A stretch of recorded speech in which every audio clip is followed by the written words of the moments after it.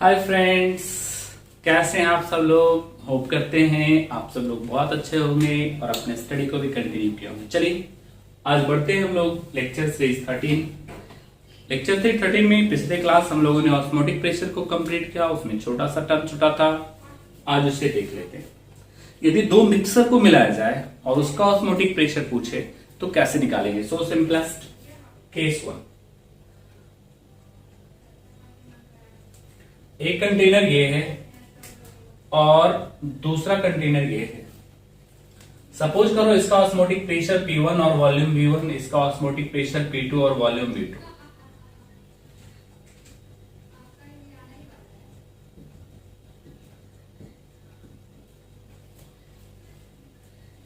इसमें दोनों में सेम सब्सटेंस लेते हैं।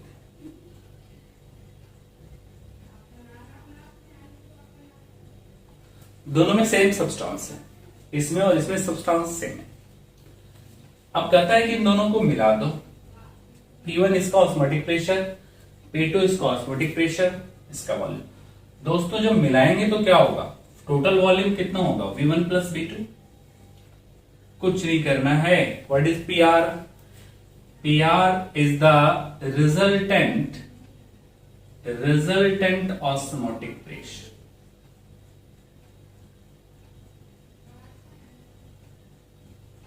ओके फ्रेंड्स, क्या करना है इसे निकालने में, मुझे कुछ नहीं करना है। P1 V1 plus P2 V2 equal to हम लिखेंगे PR V1 प्लस V2, क्योंकि मोल क्या होगा, मोल तो कंजर्व ही होगा।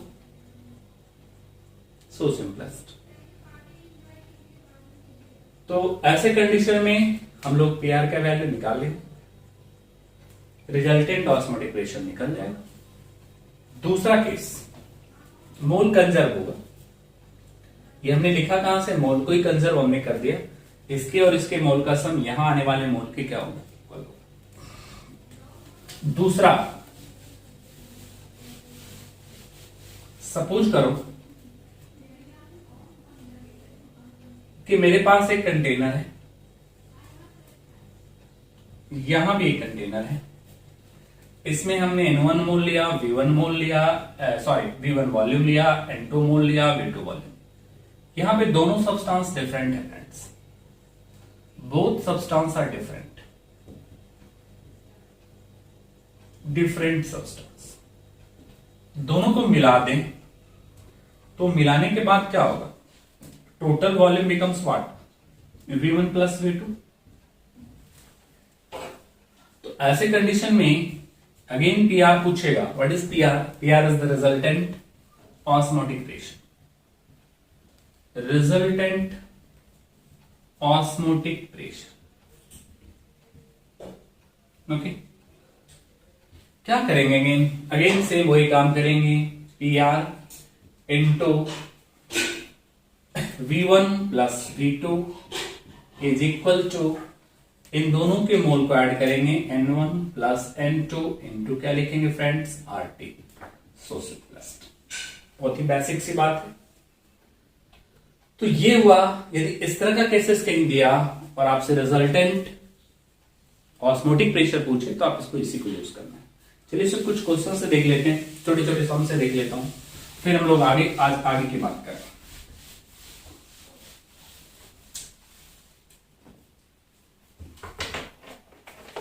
एक छोटा सा क्वेश्चन है,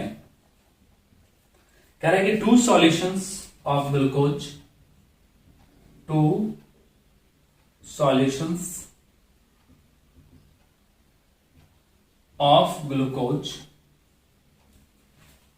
have osmotic pressure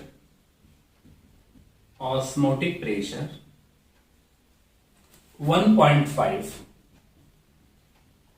and 2.5 atm. 1 liter of the first solution, 1 liter of first solution is mixed with 2 liter of second solution.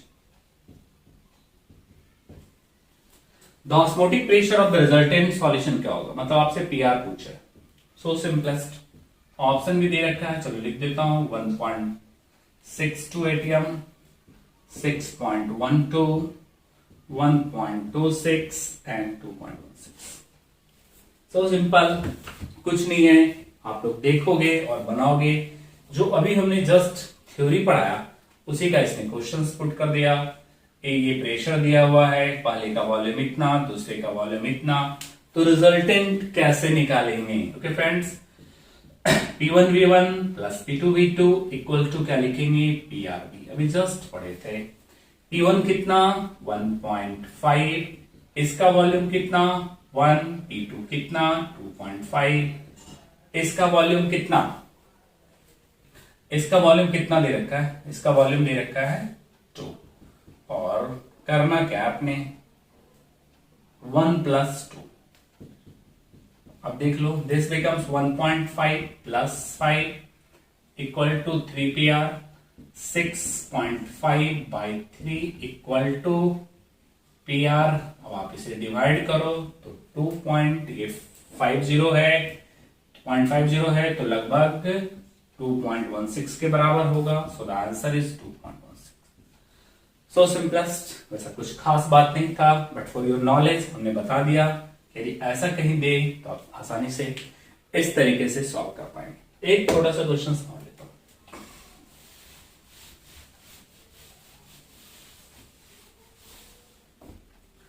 इसमें क्या है, बेसिकली इसमें है आपको 18 gram of glucose and 6 gram of urea, and 6 gram of urea are dissolved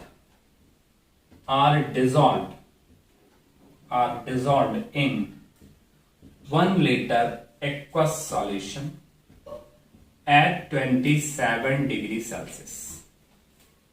The osmotic pressure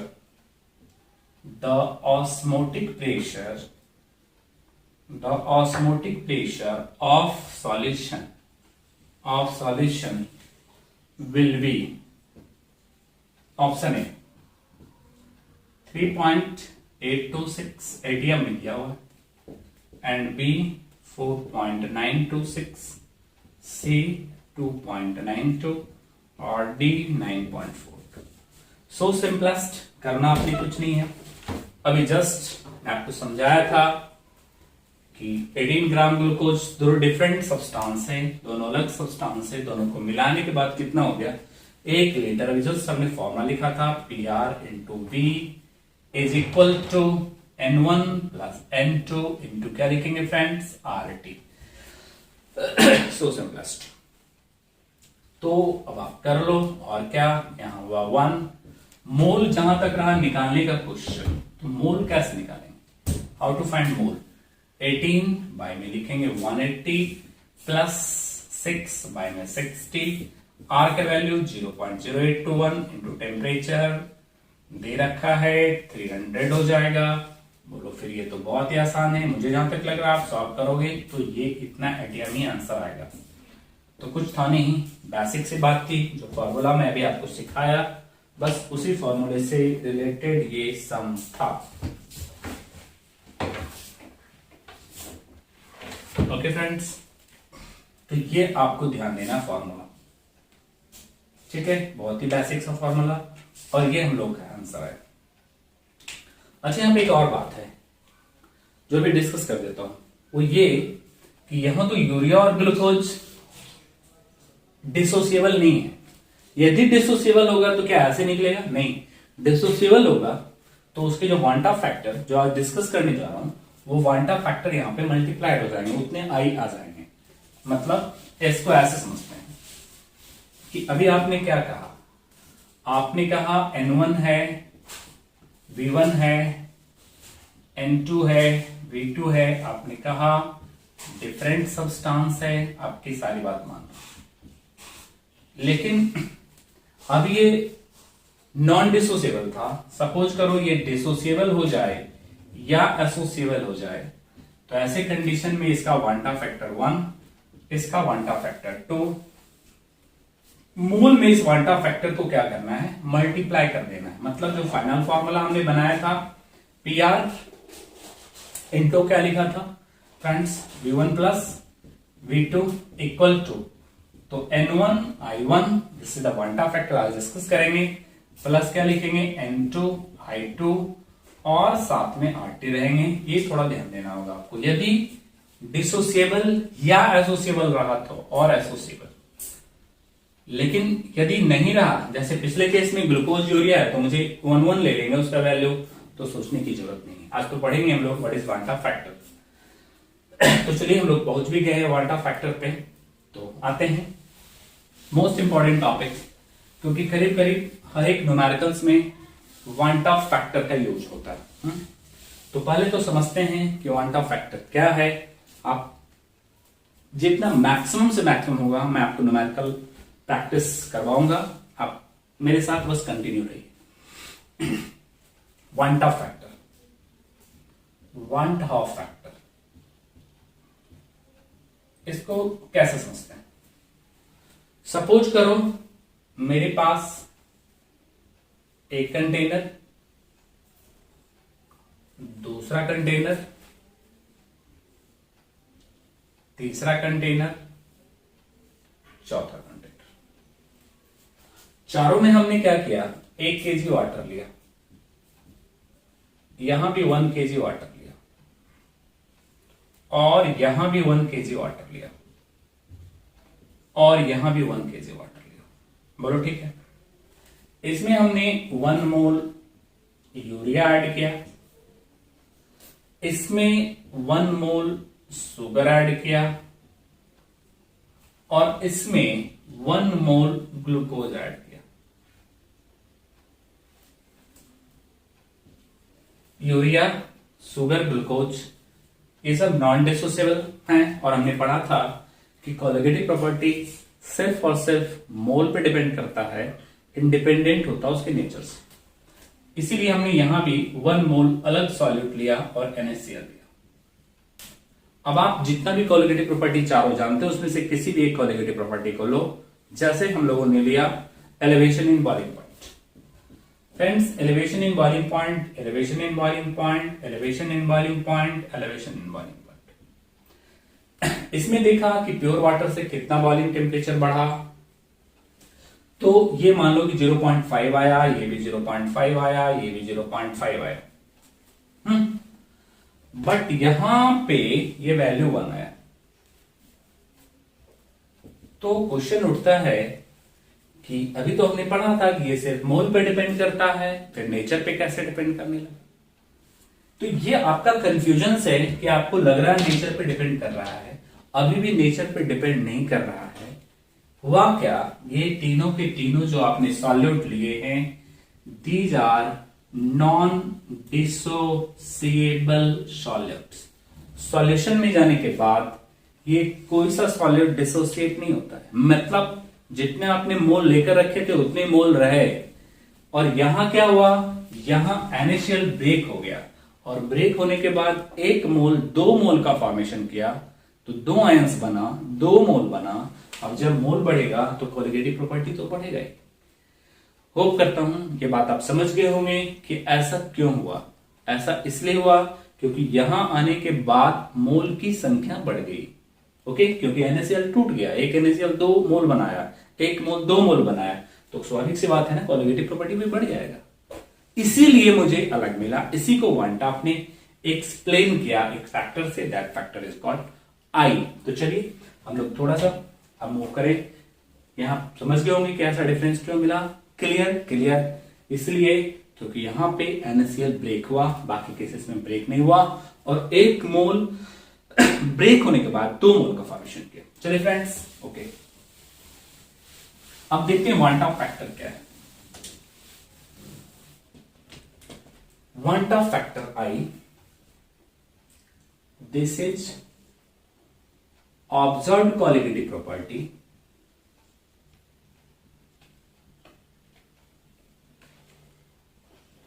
by normal colligative property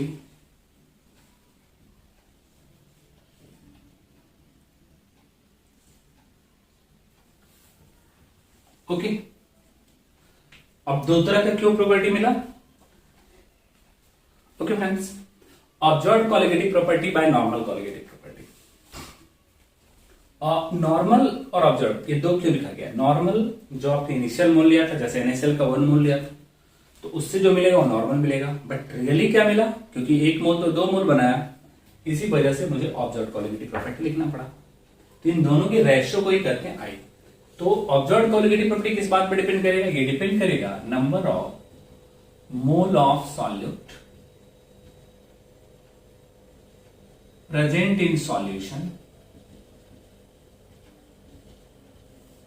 after dissociation और association. Okay friends, number of mole of solute present in solution after dissociation, ये होगा initial number of मोल जो आपने शुरू में ले रखा है। ऑब्जर्व इसके डायरेक्टली प्रोपोर्शनल होगा, ये इसके डायरेक्टली प्रोपोर्शनल होगा। तो ये अब इसको एग्जांपल से समझते हैं, आपको ज्यादा अच्छे से समझ में आ जाएगा। Case 1, if solutes are non-dissociable or associable,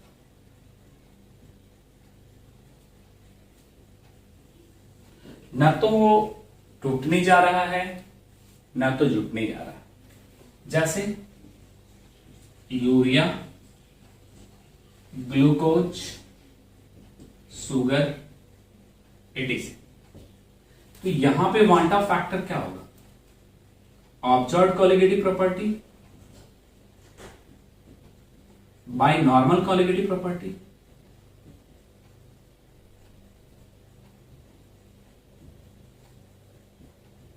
ये दोनों सेम होगा। ये दोनों सेम इसलिए होगा क्योंकि जब ये टूटेगा ही नहीं तो जो इनिशियल होगा वही सॉल्यूशन में भी मौजूद होगा। तो ऐसे कंडीशन में कितना होता है वन ऑफ का वैल्यू? 1 होता है, क्योंकि जो आप ले रखेंगे वही रहेगा। इसको आप जो आप फॉर्मूला लिखते थे number of mole after dissociation by initial taken, तो ये डिसोसिएट होगा ही नहीं। तो जितना मोल लिए उतने ही यदि सॉल्यूशन में मौजूद है तो इसका वैल्यू कितना होगा? 1 होगा। इसीलिए इन सभी में मुझे नॉर्मल कोलिगेटिव प्रॉपर्टी ही मिलता है।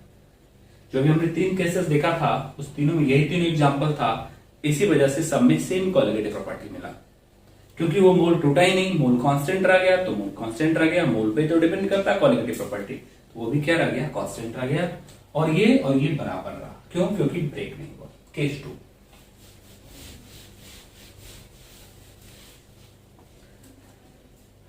इफ solutes are dissociable, ऐसा है कि सॉल्यूट ब्रेक होने वाला है, तो इसमें हम लोग देखते हैं केस 1 या ABC करके देखता हूं। AB टाइप लिख देता हूं। AB टाइप में जैसे हमने NaCl लिया, एसिडिक एसिड भी आप ले सकते हो। इस तरह का आप बहुत सारे एग्जांपल बना सकते हो, KCl ले सकते हो। तो AB टाइप में जैसे हमने NaCl लिया या एसिडिक एसिड लिया, जो भी लेना आपको ले सकते हो। चलो NaCl लेते हैं। तो जैसे NaCl को आप लोगे तो NaCl क्या होगा? टूटेगा, Na++Cl-। एट T=0 यदि हमने इसके 1 मोल ले रखे हैं तो यहां क्या होगा? 0,0। एट T=T मान लो कि इसका degree of dissociation alpha, alpha is what? DOD alpha मान लिया हमने। एक और बात आपको बताता हूं, यदि DOD degree of dissociation alpha का वैल्यू 1 हो जाए, इसका मतलब हुआ कि 100% डिसोसिएट हुआ, पूरा का पूरा टूट गया, ब्रेक हो गया। ठीक है, लेकिन यहां पे अल्फा दिया हुआ, वैसे तो स्ट्रॉन्ग इलेक्ट्रोलाइट है, कंप्लीट ब्रेक होगा। वीक इलेक्ट्रोलाइट पार्शियली ब्रेक होता है, ये सब आप जानते हो, आयनिक इक्विलिब्रियम में आप पढ़े हो। तो ये क्या बनेगा अल्फा, ये भी क्या बनेगा अल्फा।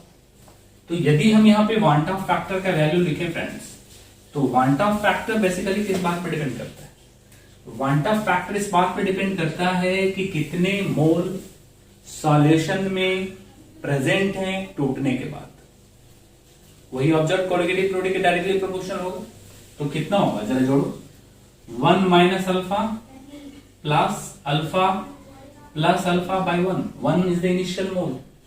इसको यदि सॉल्व करेंगे फ्रेंड्स तो कितना आएगा 1 प्लस अल्फा। दूसरा ये ध्यान देना है कि यदि अल्फा का वैल्यू 1 हो जाए तो कितना होगा 100% डिसोसिएशन होगा। तो वैसे कंडीशन में आई का वैल्यू कितना होगा 2 होगा। यदि ये दिया रहे कि 100% ब्रेक हो रहा है तो अल्फा का वैल्यू कितना होगा 100% के केस में 100% डिसोसिएट हुआ। ओके, तो 1 तो कितना हो जाएगा 2 होगा। वो आपको प्रॉब्लम्स में दिया होगा या नहीं गिवन है और आप पहचान रहे हो कि स्ट्रॉन्ग इलेक्ट्रोलाइट है तो पक्का अल्फा का वैल्यू कितना ले लो 1, और गिवन है तब तो सोचना नहीं है। जिस एक्सटेंट तक टूटता है वो आपको दिया रहेगा कि अल्फा इतने परसेंट है तो उस वैल्यू को लाकर पुट करेंगे। अब आप ए बी टाइप का चाहे कोई सा भी एग्जांपल लो, सभी में कितना वैल्यू आएगा 1 प्लस अल्फा ही आएगा। दूसरा एग्जांपल लेते हैं B, AB2 type.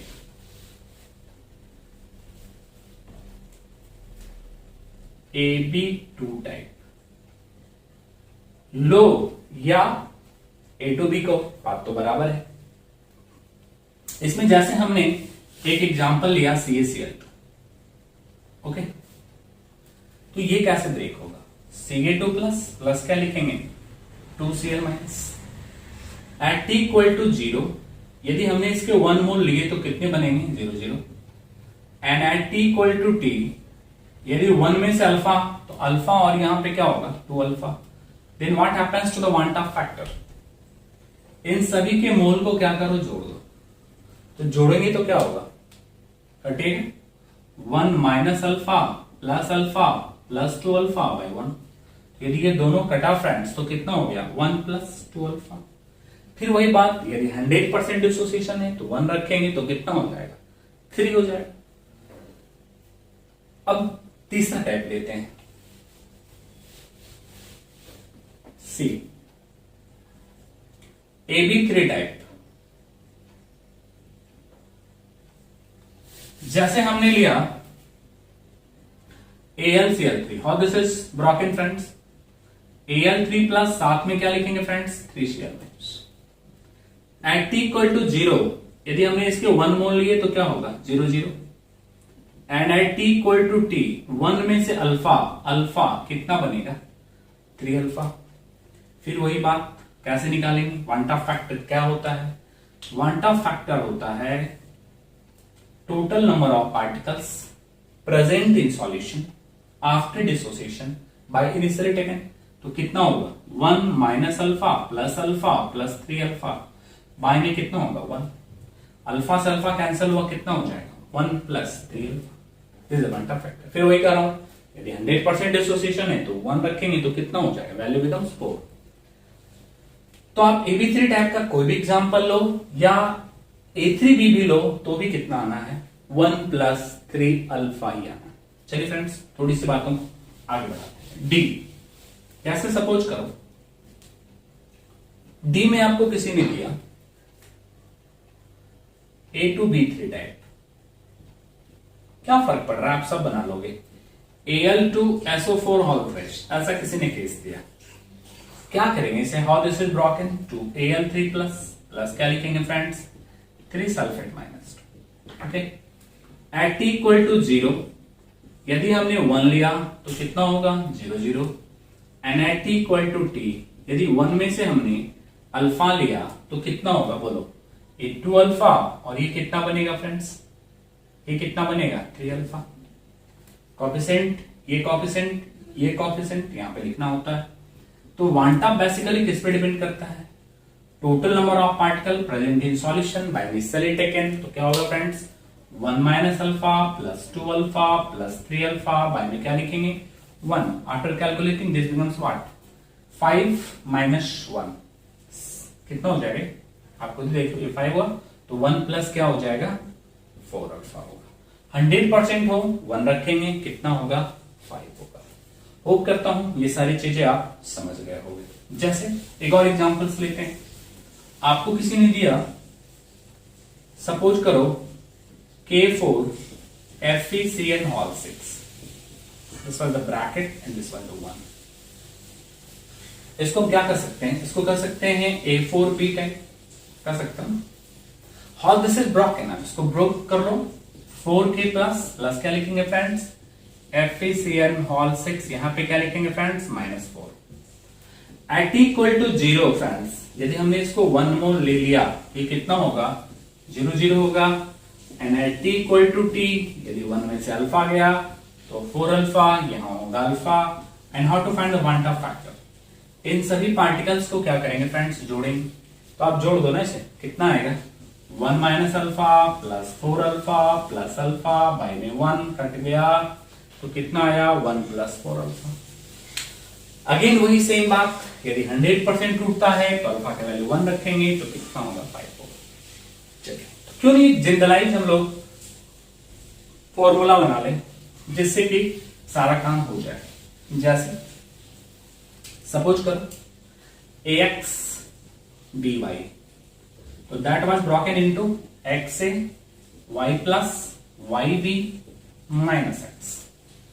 Eight equal to 0 friends, हमने इसका 1 मोल लिया, ये क्या होगा 0 0।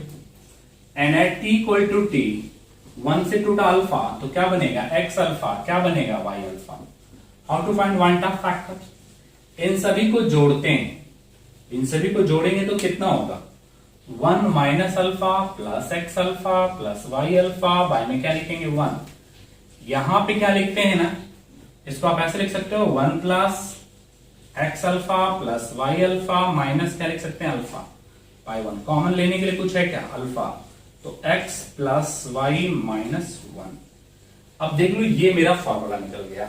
अब आप कोई भी क्वेश्चंस बनाए थे उसमें x प्लस वाई का वैल्यू रखिए। जैसे सपोज करो हमने अभी बनाया था Al2SO4 होल थ्राइस, क्या करेंगे इसका क्वांटम तुरंत निकालना है तो क्या करेंगे, बस इसी फॉर्मूले का यूज कर देंगे। x का वैल्यू कितना 3 प्लस 2 कितना रखेंगे 1 प्लस अल्फा 5 माइनस 1, कितना हो जाएगा बोलो 1 plus 4 alpha.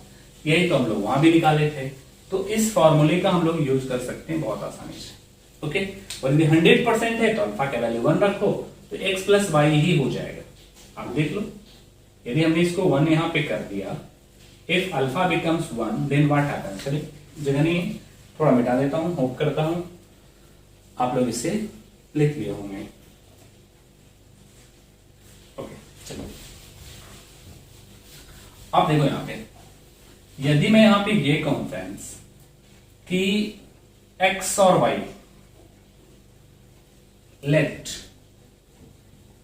Alpha equal to 1, i equal to 1 plus alpha into x plus y minus 1 था, अल्फा का वैल्यू 1 हो जाएगा तो x प्लस वाई माइनस 1 हुआ। अब आप ये पूरा का पूरा क्या होगा 1 plus x plus y minus 1, देखो ना फाइनली क्या है x प्लस वाई है। तो यदि अल्फा का वैल्यू 1 है तो इन दोनों को जोड़ दो, 3 प्लस 2 डायरेक्ट कितना हो जाएगा 5 हो जाएगा। आप कोई भी एग्जांपल जो बना रहे थे आप इस डायरेक्ट फॉर्मूले से यूज करो, आसानी से बनेगा। जैसे K4 FeCN होल 6 का मुझे निकालना है क्वांटम। अगेन क्या करेंगे, ये 4 है और ये कितना है 1 है, ये 4 है 1 है, चलो वहां पे रखते हैं 1 प्लस अल्फा, x का वैल्यू कितना 4 प्लस 1, ओके माइनस क्या होगा 1, तो i इक्वल टू कितना होगा 1 प्लस, ये दोनों टर्म तो कटा तो कितना होगा यहाँ पे कितना हो जाएगा 1 प्लस 4 अल्फा। और 100% है तो आप खुद ही देख रहे हो x प्लस वाई के बराबर होगा 4 और 1 कितना होगा 5 होगा। मुझे जहां तक लग रहा है कि इस केस में कहीं भी अल्फा निकालने में आपको कोई प्रॉब्लम नहीं होना चाहिए। चाहे आपको कोई भी एग्जांपल दे आप यही डायरेक्ट यूज करो ना, दोनों के कोएफिशिएंट जो है उसको ऐड करो 1 से माइनस करो। लेकिन यदि अल्फा का वैल्यू यहीं पे 1 पुट करेंगे तो कितना होगा, तो ये हम लोग x प्लस वाई तब कहेंगे जब 100% डिसोसिएशन होगा, और जब 100% नहीं होगा तो हमें ये यूज करना है। चलिए थोड़ी सी बातों को आगे बढ़ाते हैं। ओके फ्रेंड्स, तो केस थर्ड की ओर बढ़ते हैं।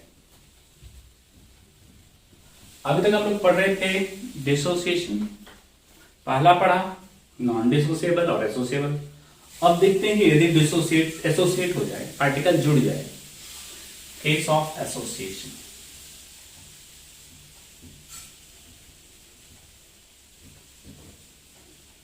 ठीक है, ये कैसे होता है? जैसे सपोज करो मेरे पास यहां पे हमने 2 इक्विवेलेंट एसिटिक एसिड लिया, ये 2 मॉलिक्यूल एसोसिएट कैसे होगा? देखिए CH3 से डबल बॉन्ड OH, और यहां पे लिखता हूं OH, और ये है आपका C डबल बॉन्ड CH3। अब ध्यान से देखो इसको, तो यहां पे एक चांसेस बनता है कि del negative del positive, del negative del positive, they can attract to each other, and that is called intermolecular hydrogen bonding, and that is called dimerization। ये 2 मॉलिक्यूल एक मॉलिक्यूल डायमेराइज होकर हो जा रहा है। तो ऐसा भी केसेस मिलेगा जहां केस ऑफ क्या होगा? एसोसिएशन होगा। ये केस ऑफ एसोसिएशन का एग्जांपल आप देख रहे हो कि दोनों यूनिट्स आपस में जाकर क्या हो रहा है? एसोसिएट हो जा रहा है। तो ऐसे कंडीशंस में हम लोग क्या करेंगे?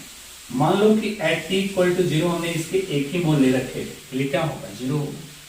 And at t equal to t, यदि इसमें से अल्फा डिसोसिएट हो तो एसोसिएट होकर कितना बनेगा?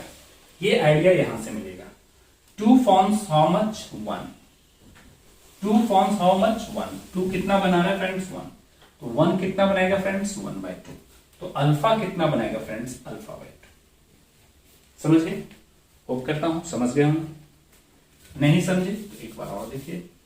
ये कोएफिशिएंट कितने हैं? 2 फॉर्म्स 1 फॉर्म्स 1/2। तो अल्फा यदि यहां से ब्रेक होगा तो बनना इस बार कितना है? अल्फा/2, क्योंकि एसोसिएशन हुआ। तो ठीक है, ये आप समझ गए। क्वांटम फैक्टर इस बात पर डिपेंड करता है कि सॉल्यूशन में अगेन कितने पार्टिकल्स हैं। तो यही तो पार्टिकल है सॉल्यूशन में। अब इसे जोड़ दो, जोड़ देंगे तो कितना होगा? 1 माइनस अल्फा 2/1। तो this was the value of quantum factor. ये किसका वैल्यू होगा फ्रेंड्स? ये क्वांटम फैक्टर का वैल्यू होगा। अब इसको एक दूसरे जनरलाइज इक्वेशन में कुछ बनाते हैं। जैसे हमने यहां पे लिख दिया Na and that was converted into Am at t equal to 0। यदि हमने इसके 1 मोल लिए तो ये कितना बनेगा friends? 0। And at t equal to t, 1 में से गया अल्फा, तो कितना बनेगा friends? n forms how many? 1 forms 1/n, alpha forms अल्फा/n, सो दिस बिकम्स अल्फा/1। What happens to the quantum factor? इन सभी को जोड़ो, ऑल आर एडेड, कितना होगा? 1 माइनस अल्फा प्लस अल्फा/n/1। ये होगा 1 प्लस अल्फा/n माइनस अल्फा, 1 प्लस अल्फा को कॉमन ले लो, 1 माइनस n। तो this is the value of quantum factor. अब चाहे कैसा भी केसेस हो, इसमें हम लोग n के वैल्यू से क्वांटम फैक्टर निकाल सकते हैं। तो जो i का फॉर्मूला आया वो आया 1 plus alpha into 1/n minus 1। आप खुद ही देख रहे हो इस फॉर्मूले को। अब मान लो इनका वैल्यू 3 है, प्राइमराइज्ड हो रहा है, तो 3 है तो यहाँ पे कितना रखेंगे? 3 रखेंगे। 2 है तो कितना रखेंगे? 2 रखेंगे। तो this depends upon the value of n। तो इस तरह से हम लोग एसोसिएशन के केस में क्वांटम के वैल्यू को बताते हैं। ये चीजें आपको और क्लियर होगा जब हम लोग इसके न्यूमेरिकल्स लेंगे। तो चलिए हेडिंग करें न्यूमेरिकल्स, इसी के बाद क्वांटम बताऊंगा। Numericals related with quantum factor से रिलेटेड न्यूमेरिकल्स अब हम लोग शुरू करेंगे। तो चलिए हम लोग लेते हैं पहला question.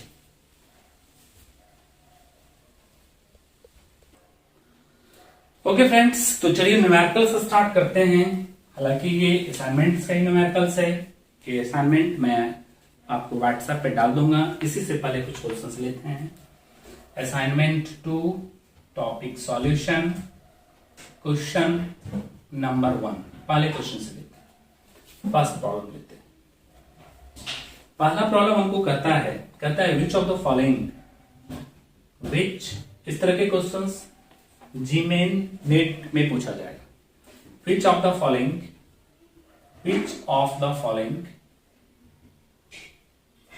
0.1 molar aqueous solution will have the lowest freezing point.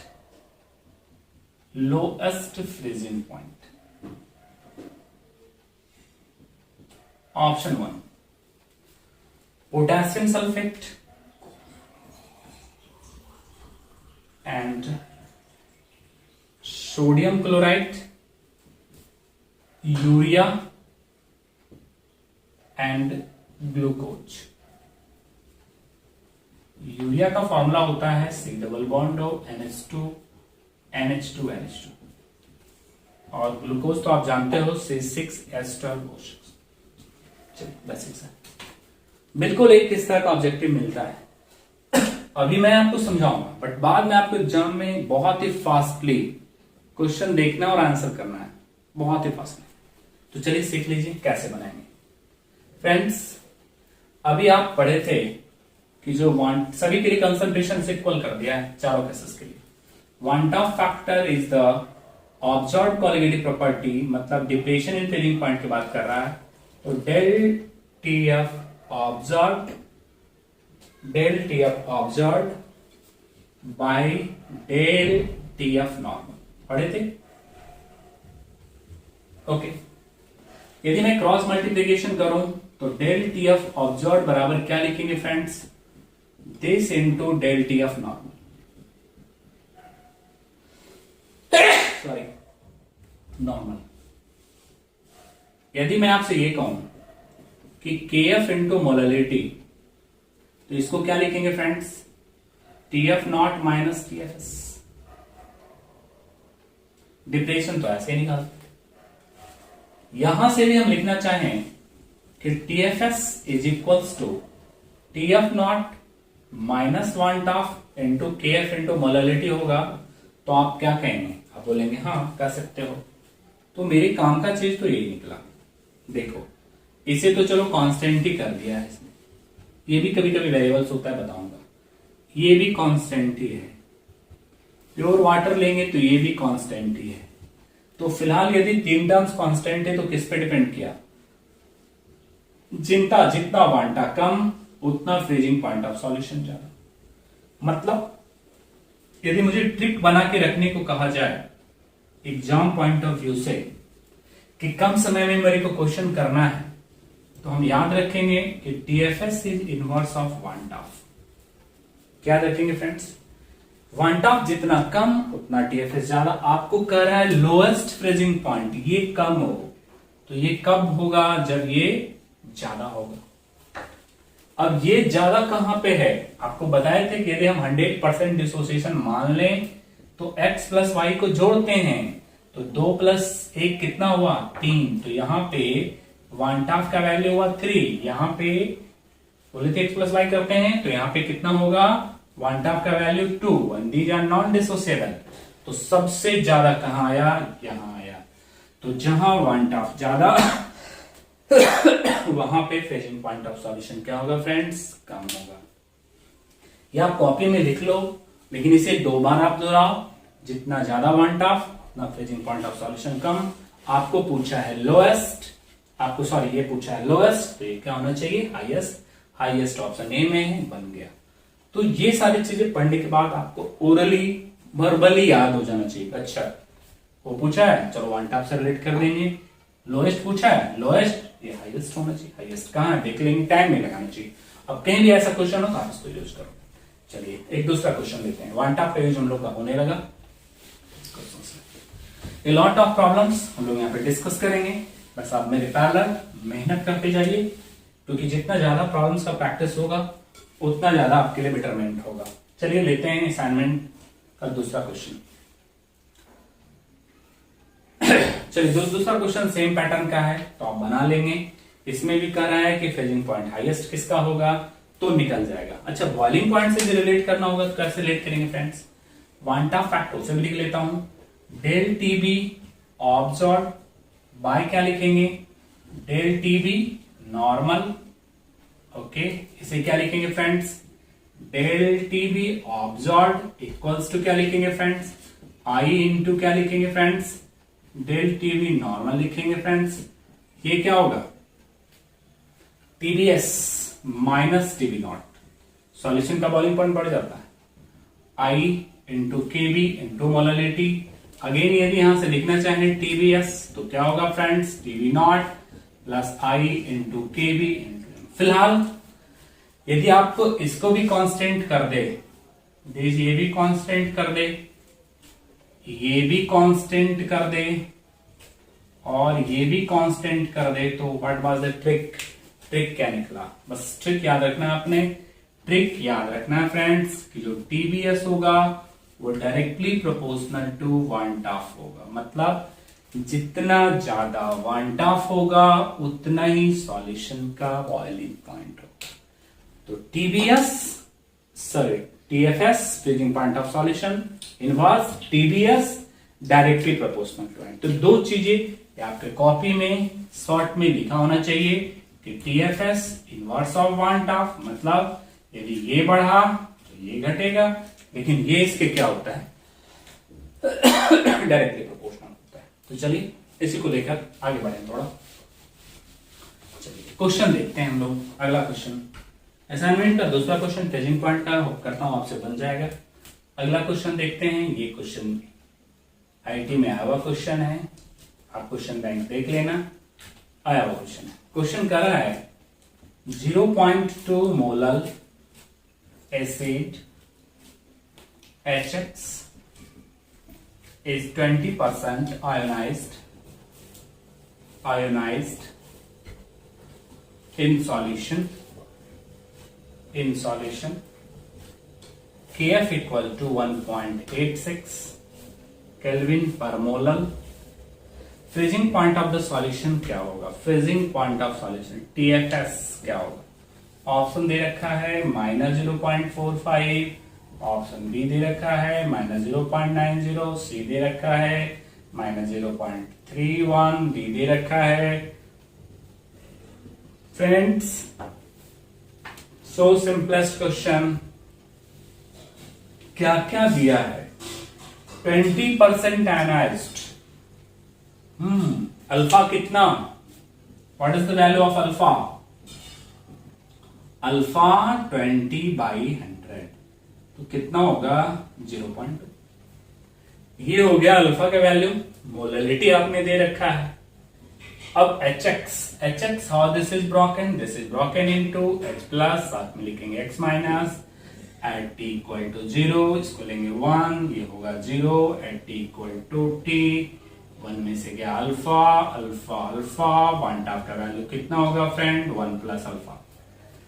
अब क्या फर्क पड़ा, वांट ऑफ निकल गया, तो अभी तो पढ़े हम लोगों ने, क्या पढ़ा कि TFS observed equal to van't Hoff into delta TF क्या होता है फ्रेंड्स, नॉर्मल। अब इसको आप लिख सकते हो TF नॉट माइनस TFS, क्योंकि डिफरेंशियल होता है, इसको लिख सकते हैं KF इंटू मोलरिटी, I का वैल्यू 1 प्लस अल्फा, KF कितना दे रखा है फ्रेंड्स 1.86, मोलरिटी कितना दे रखा है फ्रेंड्स 0.2 दे रखा है। अब आप मुझे एक बात बताओ कि अल्फा भी तो आपको पता है 0.2, can you put the value of this one, तो कितना हो जाएगा 1 प्लस 0.2 इंटू 1.86 इंटू 0.2। अब ये तो होगा 0 माइनस TFS, 0 माइनस TFS, क्या एक छोटा सा कैलकुलेशन बचा, क्या आप TFS का वैल्यू नहीं निकाल सकते, तो आप निकाल लो TFS का वैल्यू क्या आएगा। ओके फ्रेंड्स, आप लोग कैलकुलेट कर लिए होंगे, इसको कैलकुलेट करने के बाद ये आएगा आपको कितना आएगा, ये आता है -0.446 आता है, so we can write approximately -0.45, so the right answer should be, आसान था कुछ नहीं था। तो आपको वन टफ का आइडिया यदि हो तो चीजें बनाना बहुत ही आसान होता है। वन यहाँ से हमने अल्फा का वैल्यू निकाला, अल्फा तो दिया ही, सॉरी आई का वैल्यू निकाल दिया, इसको यहाँ पे लाके पुट कर दिया, फॉर्मूला लगाया, निकल गया। चलिए moving next question.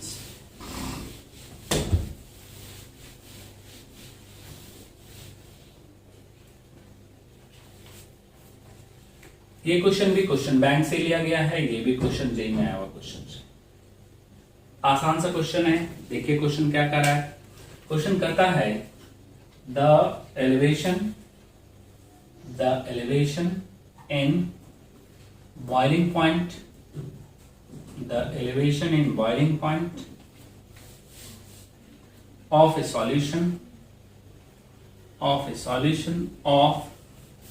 13.44 gram of CuCl2 in 1 kg of water using the following information. क्या इंफॉर्मेशन है भाई बता दो।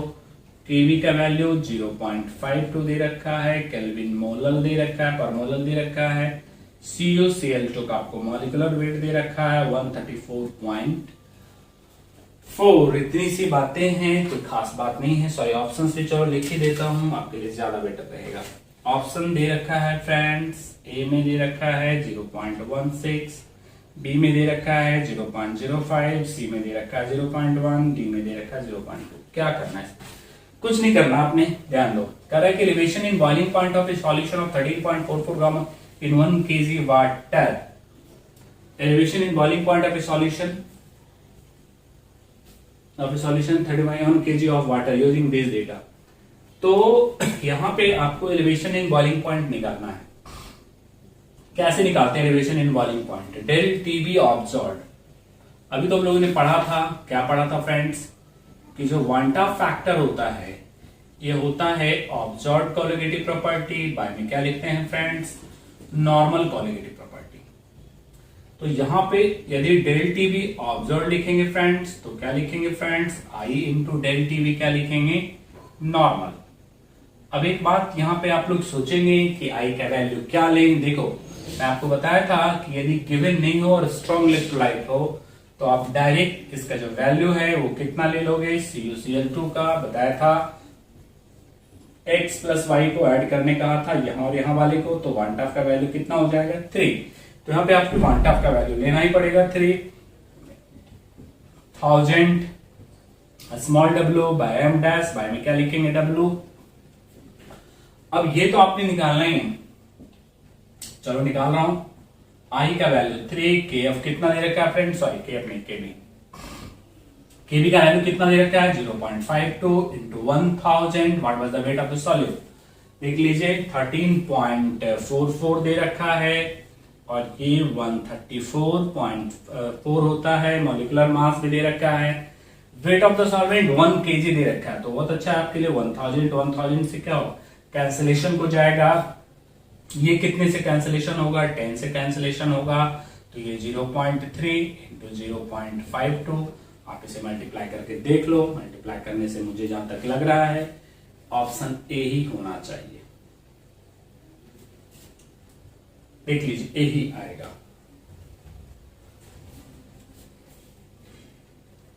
ओके फ्रेंड्स, तो आप कैलकुलेट कर लिए होंगे, ऑप्शन ए ही आएगा। आप मल्टीप्लाई करके देख लो। So the right answer should be A. बहुत ही बेसिक सा क्वेश्चन था। क्या यूज हुआ, again van't Hoff factor use हुआ। चलिए नेक्स्ट क्वेश्चन से देखते हैं।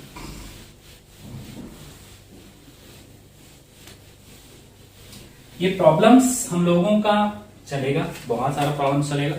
प्रॉब्लम्स को लेकर आपको परेशान होने की जरूरत नहीं है। ये हम लोग बहुत सारा क्वेश्चंस बनाएंगे और इसमें आप बनाते रहिए जितना अधिक बनाना है। चलिए एक क्वेश्चन और ले लेते हैं। क्वेश्चन है 0.004 molar Na2SO4 is isotonic with 0.01 molar glucose at equilibrium। At equilibrium कह रहा है कि what is the apparent degree of dissociation of Na2SO4। मतलब इसका अल्फा पूछ रहा फ्रेंड्स और कुछ नहीं पूछ रहा है। Option A 0.25, option B 0.50, option G 0.74, option 0.85। क्या फर्क पड़ रहा है इसे बनाने में? आपको बताया था कि जब भी आइसोटोनिक का कॉन्सेप्ट आए तो दोनों को बराबर लिख दो। एक तरफ Na2SO4 लिख दो, दूसरी तरफ क्या लिख दो फ्रेंड्स? ग्लूकोज लिख दो फ्रेंड्स। और ऑस्मोटिक प्रेशर का जो फॉर्मूला होता है OP1 equal to OP2, this is equal to ICRT। तो आपको 1/2 से मल्टीप्लाई करना ही पड़ेगा, मालूम है ना, क्योंकि नॉर्मल क्या होता है भूल गए? I equal to observed osmotic pressure, by में लिखते हैं नॉर्मल ऑस्मोटिक प्रेशर। तो यहाँ पे ऑब्जॉर्ब्ड ऑस्मोटिक प्रेशर क्या होगा friends? I into OP normal. Hope करते हैं ये समझ गए होंगे, वही हमने यहाँ पे किया है। यहाँ पे लिखे ना लिखें क्योंकि I का वैल्यू कितना होता है, ICRT चलो यहाँ भी लिखता हूं, बट I का वैल्यू यहाँ कितना लेंगे? 1, क्योंकि क्या है ये? ग्लूकोज है। चलिए अच्छी बात है। C कितना दे रखा है? 0.01। RT को तो कटा ही दो, ज्यादा दिमाग लगाने की जरूरत नहीं, दोनों कट गया। अब रही बात आपका I, इसका कंसर्न I तो I रहेगा ही। इसका कितना दे रखा है? 0.004। अब I कैसे निकालेंगे फ्रेंड्स? बहुत सिंपल, आपको कराया भी था। Na2SO4 this is broken into 2Na plus क्या लिखेंगे? Sulphate -2 at equal to 0। यदि हमने 1 लिया तो 0 0 होगा। एट इक्वल टू T, यदि एक में से अल्फा गया तो 2 अल्फा बनेगा। तो 1/2 फैक्टर का जो वैल्यू होगा वो होगा 1 + 2 α/1। तो फ्रेंड्स क्या करें? इसकी जगह क्या लाकर रख दें? 1 + 2 α इंटू 0.004 इक्वल टू 0.01। क्या यहां से अल्फा नहीं निकलेगा? सीधा सीधा दिख रहा है, फास्टली कैलकुलेट करिए।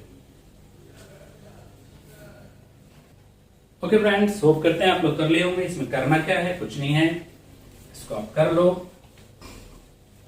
1 + 2 α, आप इसको इससे डिवाइड करोगे तो डिवाइड करने के बाद ये 2.5 आएगा। तो 2 α equal to 1.5, then alpha equal to 0.75। So the right answer should be C. So simplest question, आप खुद ही देख लो। कुछ नहीं करना था, दोनों का ऑस्मोटिक प्रेशर को इक्वेट करना था, काम बस सिर्फ I का था। आपके मन में लगे कि ये कैसे लाए, तो I बराबर observed colligative property by normal colligative property into I into normal. ठीक है फ्रेंड्स, तो ये वाला वैल्यू हमने रख दिया। RT कट गया, निकल गया। चलिए नेक्स्ट क्वेश्चन की ओर हम लोग मूव करते हैं।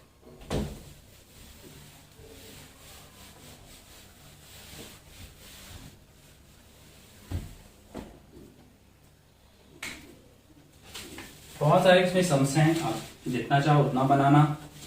कि ऐसे हम लोग 2-3 असाइनमेंट्स बनाए हुए हैं, इसको जितना मैथ्स साइंस प्रैक्टिस करेंगे उतना ही आपको फायदा होगा। तो चलिए देखते हैं। क्वेश्चन है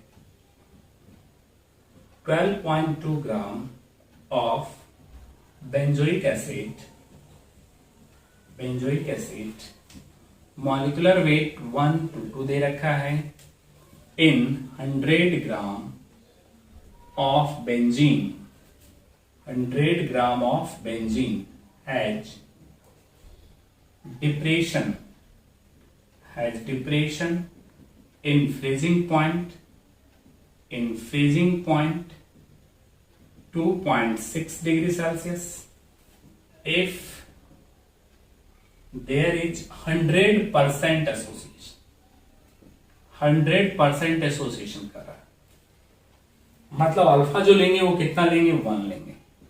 तो कह रहा है कि number of molecules of benzoic acid in associated state would be Kf equal to 5.2 degree Celsius kg per mole। Okay friends, option दे रखा 1, 2 3 एंड 4। वैसे तो इस क्वेश्चन को डायरेक्ट बनना चाहिए आपसे, क्योंकि जब ये बेंजोइक एसिड एसोसिएट करेगा तो यहाँ पे वन ऑफ जो एसोसिएट करेगा तो इनका वैल्यू कितना आएगा 2 आएगा, पर मुझे पता तो है नहीं कि कितना है, तो हमने यहाँ पे n मॉलिक्यूल मान लिया और ये मेरे पास बेंजोइक एसिड है, दिस इज बेंजोइक एसिड। तो ये n मॉलिक्यूल से आफ्टर एसोसिएशन ये 2 ही सेंटर है हाइड्रोजन बॉन्डिंग करने के, तो इसलिए 2 ही डायमेराइजेशन तो 2 ही होगा, बट हमने कितना मान लिया 1 मान लिया, n यहाँ पे आ गया, ये मॉलिक्यूल n लेकर इतना आया। तो आप याद करो मैं आपको बताया था कि एट t इक्वल टू 0 यदि हमने 1 लिया तो कितना होगा 0 होगा, and at t equal to t 1 में से अल्फा गया तो कितना बताया था अल्फा बाय n, तो यहां से हमने क्वांटा भी निकाला था 1 minus alpha by alpha by n, तो y equal to 1 plus alpha, इसमें से यदि कॉमन लें तो 1 माइनस n माइनस 1 होगा। फ्रेंड्स ये क्वांटा फैक्टर का वैल्यू आया। अब आप खुद ही देख लो कि यहां पे कह रहा है कि 100% एसोसिएशन है, तो ऐसे कंडीशंस में हम लोग अल्फा का जो वैल्यू लेंगे वो कितना लेकर चलेंगे 1 लेकर चलेंगे, ओके 100%। तो अल्फा इक्वल टू कितना हो जाएगा फ्रेंड्स 1, तो यदि अल्फा का वैल्यू 1 हुआ तो आई इक्वल टू कितना होगा 1 प्लस 1 बाई एन माइनस 1 होगा, तो ये दोनों तो कटा, तो आई का वैल्यू कितना हो गया फ्रेंड्स 1 बाई एन हो गया फ्रेंड्स। अब आप खुद ही देख लो, यदि हम लोग यहाँ पे फॉर्मूला लगा दें क्वांटा फैक्टर वाला, कौन सा है डिप्रेशन इन फ्रीजिंग पॉइंट है, ओके, तो del T F observed equals to क्या होगा फ्रेंड्स क्वांटा फैक्टर इनटू क्या होता है डेल टी एफ होता है नॉर्मल। अब आप खुद ही देखो ये कितने का डिप्रेशन दे रहा है 2.6 का दे रखा है, आई की जगह 1 बाय एन ले लेंगे, के एफ आपका 5.2 है into 1000 into 12.2 by 122 into weight of solvent 100 दे रखा है। तो आप इसको देखो ना, ये इसके कितने से कटेगा 10 से, बाद में ये पूरा ही कट जाएगा, तो 2.6 equals to 5.2 by n after doing cross multiplication n becomes to 2, so the right answer is 2। वैसे भी हम लोग यदि ये क्वेश्चन आ जाए तब तो आपको 2 ही करना है, क्योंकि यहाँ पे 2 ही सेंटर हैं जहां से बॉन्डिंग ये कर सकता है, तो इसके 2 ही मॉलिक्यूल यहाँ पे डायमेराइज हो रहे होंगे। तो ये बात तो सही है कि हम लोग डायरेक्ट इसका 2 रखेंगे, बट प्रोसेस से सॉल्व करने के बाद कुछ इस तरह से आता है। तो चलिए प्रॉब्लम्स का सिलसिला जारी रहेगा। अब मैं आपको व्हाट्सएप पे असाइनमेंट्स पुट कर देता हूँ, आप इसे सॉल्व करिए, अपना क्वेश्चन नंबर बताइए, और हेनरीज लॉ विथ प्रॉब्लम्स का असाइनमेंट्स प्रॉब्लम के साथ हम लोग मिलेंगे अगले वाले वीडियो में।